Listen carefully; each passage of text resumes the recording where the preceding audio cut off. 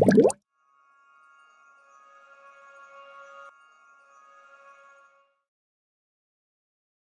آج ہم نمرہ احمد کی ایک مختصر مگر بہت گہری کہانی حد پر بات کرنے والے ہیں۔ جی بالکل، یہ کہانی ایک خاندان، کچھ غیر متفقہ حالات اور بہت اہم اخلاقی سوالات کے گرد گھومتی ہے۔ اور ہمارے پاس اس کہانی کا خلاصہ بھی ہے، تجزیہ بھی، اور ساتھ میں محمد منتظر مہدی جو یوٹیوب پر the podcast of book reviews چلاتے ہیں، ان کے خیالات بھی ہیں۔ ہاں، تو ان سب کی مدد سے ہم کوشش کریں گے کہ اس کہانی کی کیا کہتے ہیں تہوں کو کھولیں۔ مقصد یہی ہے کہ سمجھا جائے کہ آخر یہ رشتوں، انصاف اور سچائی کی اصل حد کیا ہے۔ چلیں شروع کرتے ہیں۔ اچھا، تو سب سے پہلے بنیادی باتیں۔ عنوان ہے حد، مصنفہ ظاہر ہے نمرہ احمد ہیں۔ اور یہ شائع کب ہوئی تھی؟ یہ پہلی بار جنوری 2012 میں ماہنامہ پاکیزہ ڈائجسٹ میں آئی تھی۔ بعد میں پھر یہ الگ سے ایک ناولٹ کے طور پر چھپی، تقریباً کوئی 30 صفحات کی۔ صرف 30 صفحات، لیکن اثر بہت گہرا ہے۔ صرف کے لحاظ سے یہ ایک طرح کا خاندانی ڈرامہ ہے؟ جی، خاندانی ڈرامہ کہہ لیں یا ایک سماجی اور اخلاقی کہانی۔ زبان تو اردو ہی ہے۔ تو کہانی ہے کیا؟ مطلب مرکزی کردار کون ہے؟ کہانی کا مرکز ہیں جہانگیر شاہ، ان کی بیوی شہلا اور ان کے 3 بچے۔ ایک نارمل سی زندگی چل رہی ہوتی ہے۔ پھر کیا ہوتا ہے؟ پھر اچانک ان کی زندگی میں ایک لڑکی آتی ہے، منل نام کی، اور وہ آ کر کہتی ہے کہ وہ جہانگیر شاہ کی بیٹی ہے۔ اوہ، یہ تو بہت بڑا ٹوسٹ ہے۔ بالکل، اور اس سے بھی زیادہ حیرانی کی بات یہ ہوتی ہے کہ شیلا یعنی جہانگیر کی بیوی وہ اس لڑکی کو قبول کر لیتی ہے بغیر کسی ثبوت کے؟ یہ تو عجیب بات ہے۔ شروع میں تو ایسے ہی لگتا ہے، لیکن اصل جو دھماکہ ہے وہ ہوتا ہے ڈی این اے ٹیسٹ کے بعد۔ اچھا، کیا نتیجہ آتا ہے؟ نتیجہ یہ آتا ہے کہ منل واقعی حیاتیاتی طور پر جہانگیر کی ہی بیٹی ہے۔ اوہ خدایا، تو مطلب سارا معاملہ ہی بدل گیا۔ جی بالکل، یہیں سے کہانی کا اصل امتحان شروع ہوتا ہے کہ اب کیا کریں۔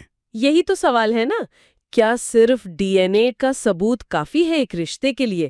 سماج کیا کہے گا، قانون کیا کہتا ہے، اور محبت، اس کی کیا حد ہے؟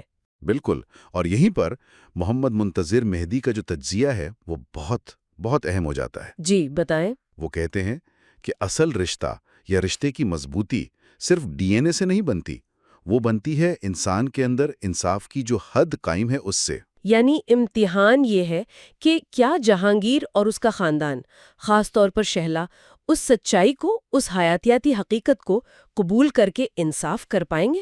بالکل، کیا وہ سماجی دباؤ کو دیکھیں گے یا پھر عدل کا ساتھ دیں گے؟ اور یہیں وہ سوال بھی آ جاتا ہے کہ ایک اچھے مسلمان کا کردار کیا ہونا چاہیے ایسے میں؟ صحیح۔ کیا وہ معاشرے کے ڈر سے سچ کو چھپائے گا یا انصاف قائم کرے گا، چاہے وہ اپنے گھر کے اندر ہی کیوں نہ ہو؟ واقعی بہت گہرے سوالات ہیں جو نمرہ احمد نے اٹھائے ہیں، اور کمال یہ ہے کہ صرف 30 صفحے میں زبان بھی اتنی سادہ۔ جی، زبان بہت عام فہم ہے، سیدھی دل پہ لگتی ہے۔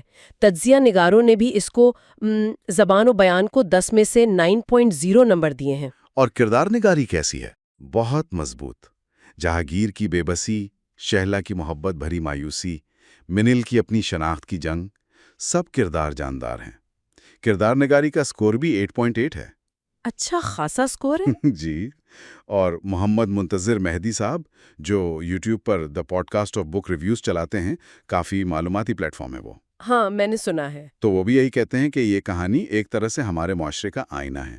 یہ ہمارے انصاف کے نظام، ہمارے عقائد، سب کو پرکھتی ہے۔ اور وہ اسے پوڈ کاسٹ کے لیے یا بحث کے لیے ایک بہترین موضوع سمجھتے ہیں۔ جی ہاں، کیونکہ یہ مختصر ہوتے ہوئے بھی بہت سے پہلوؤں کو چھیڑتی ہے، خاص طور پر اخلاقی اور سماجی پہلو، جنہیں 9.2 کا سکور ملا ہے۔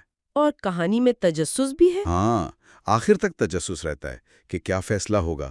اس کا سکور 8.5 ہے، تو مجموعی طور پر کہانی کو 9.0 کا درجہ دیا گیا ہے۔ زبردست، تو مطلب ایک چھوٹی سی کہانی لیکن پیغام بہت بڑا۔ بالکل، پیغام یہی ہے کہ رشتے صرف خون سے نہیں، وہ عدل، سچائی اور انصاف سے نبھائے جاتے ہیں۔ اور اصل انسان یا مسلمان وہی ہے جو مشکل حالات میں بھی انصاف کا ساتھ دے، چاہے پوری دنیا یا پورا خاندانی خلاف کیوں نہ ہو۔ درست، حد ہمیں یہی یاد دلاتی ہے کہ زندگی جب امتحان لیتی ہے تو ہماری اصل پہچان سچائی اور انصاف کی پیروی میں ہے۔ صرف 30 صفحے، لیکن سوچنے کے لیے کتنا کچھ دے گئی۔ بالکل، اور آخر میں ایک سوال سب کے لیے چھوڑ جاتے ہیں کہ اگر کبھی زندگی میں حیاتیاتی ثبوت اور سماجی توقعات آمنے سامنے آ جائیں تو ایک فرد کو اپنی اخلاقی حد کہاں کھینچنی چاہیے؟ بہت اہم سوال، اس پر ضرور سوچنا چاہیے۔